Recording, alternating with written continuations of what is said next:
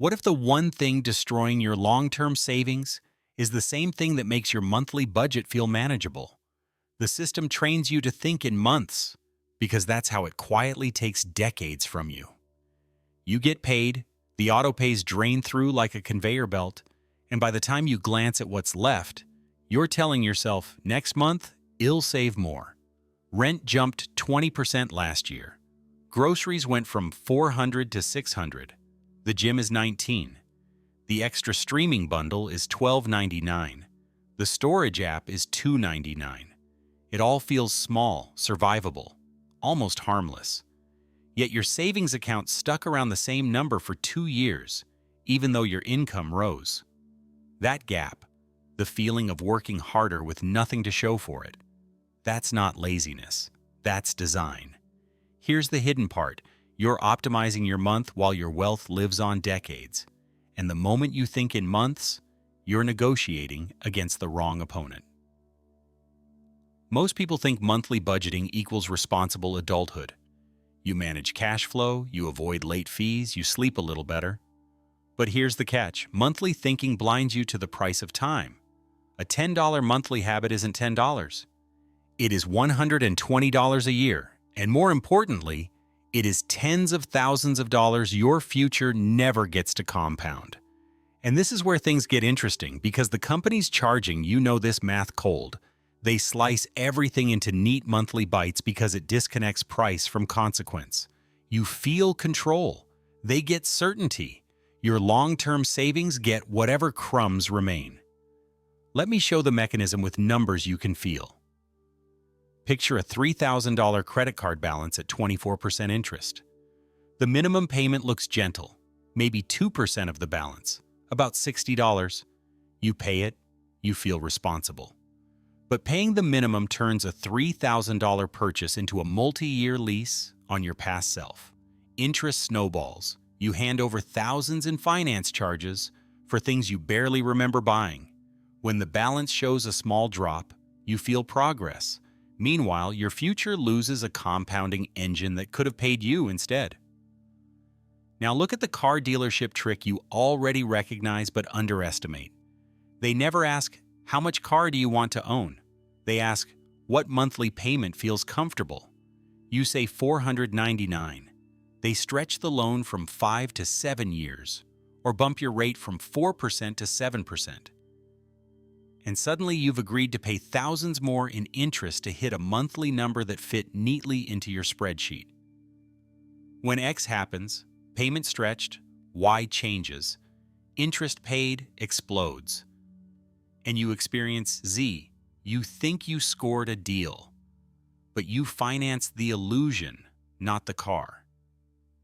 Wait, it gets stranger. The timing of your paycheck and your autopays rewires your priorities without your consent. Your rent, utilities, and debt draft first. Then the fun money sneaks out. What's left for investing gets set as optional. That order tells your brain what matters. Saving feels like a bonus, when it should be the bill you pay to your future self. If the draft for investing doesn't fire the day after payday, it loses the fight every single month. Here's the part nobody tells you. The monthly world is engineered like a casino, just quieter. Free trials auto-renew on day 31. Retention teams break cancellations into steps that ask you to confirm your disappointment 3 times. Buy now, pay later splits a $200 impulse into 4 friendly payments of $50. You think, I can swing $50. The store thinks, welcome to the monthly club. Your brain sees a small doorway, your net worth feels the weight you can't see. Remember that $12.99 streaming add-on you shrugged off? Over 1 year, that is about $156. Over 30 years invested at 7%, that single add-on transforms into roughly $15,000.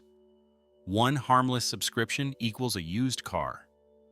Multiply by 5 or 10 little subscriptions, and you can't understand why the down payment for your first home always feels 12 months away. The reason is simpler than you think.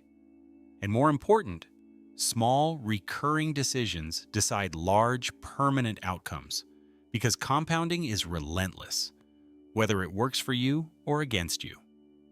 But here's the twist that changes how you see your own discipline. It's not just coffee or streaming. It's the hidden inflation in good monthly habits. You upgrade your phone plan by $20 for a little more data. You add the gym with the eucalyptus towels. You bump your car insurance with a rental rider that you never use. Each choice is defensible alone. In aggregate, they steal the cash that unlocks employer matches, high-yield savings, and index funds. You don't feel poorer because your lifestyle stays pleasant and steady. You just quietly postpone wealth.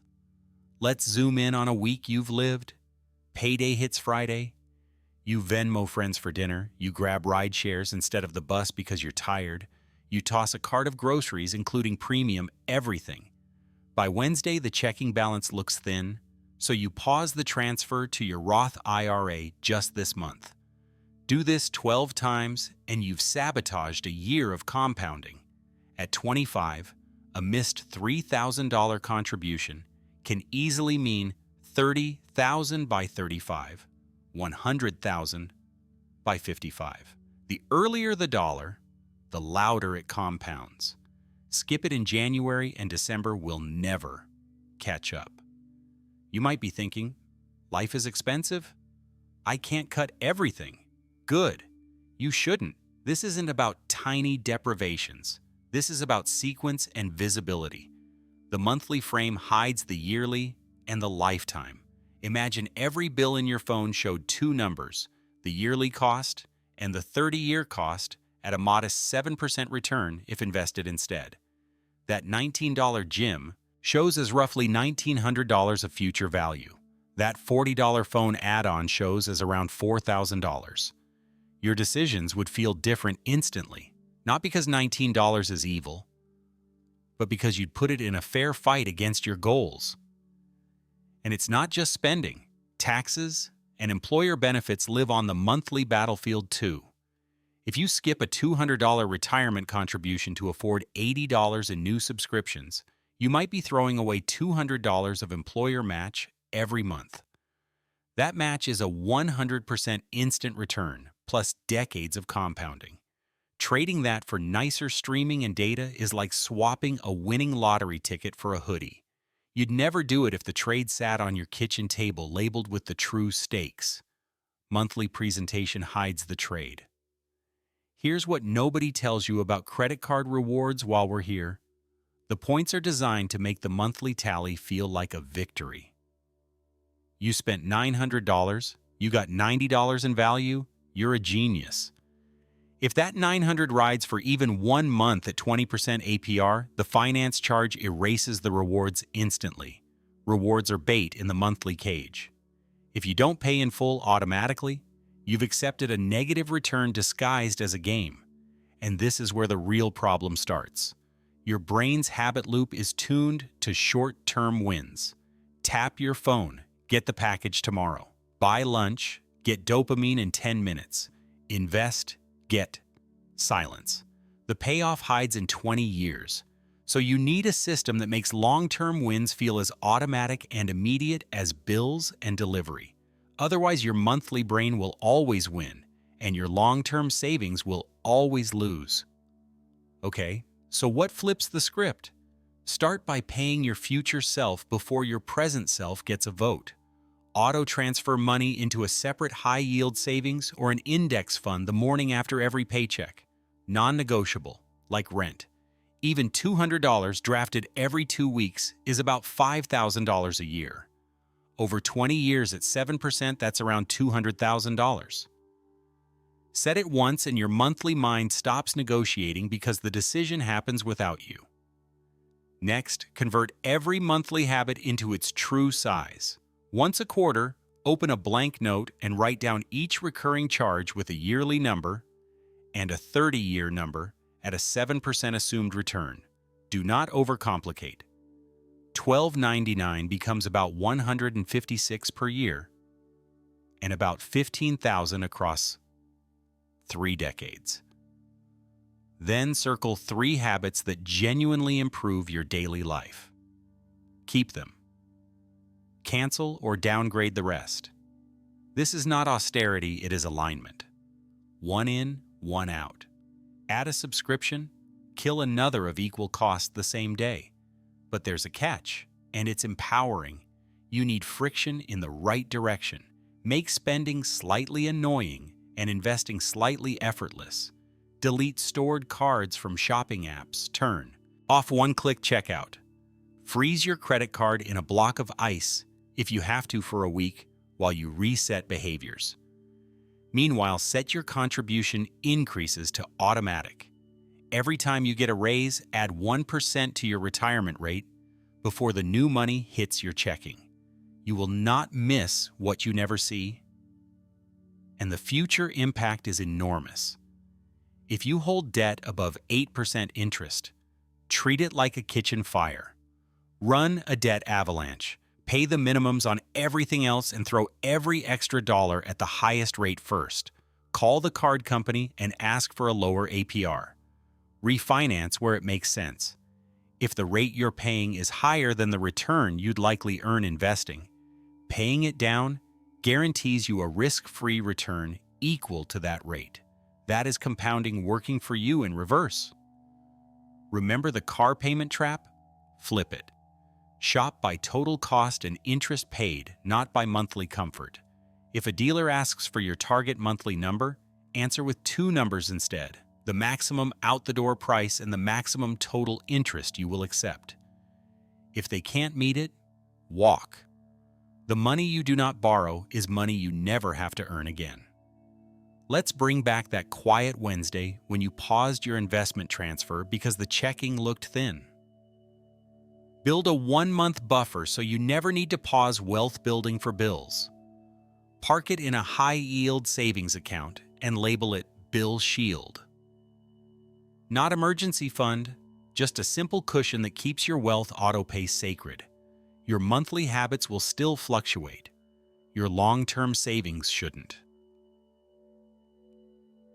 Now, the objection that lingers: what if cutting small things kills joy?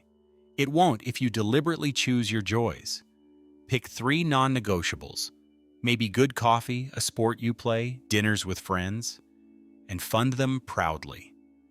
Then become ruthless with everything you do not care about. You aren't cutting happiness, you're deleting indifference. Indifference is expensive. Here's the part that changed everything for me.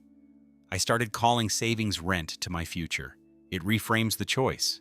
I pay the mortgage, I pay utilities, and I pay future me. Same day, same seriousness.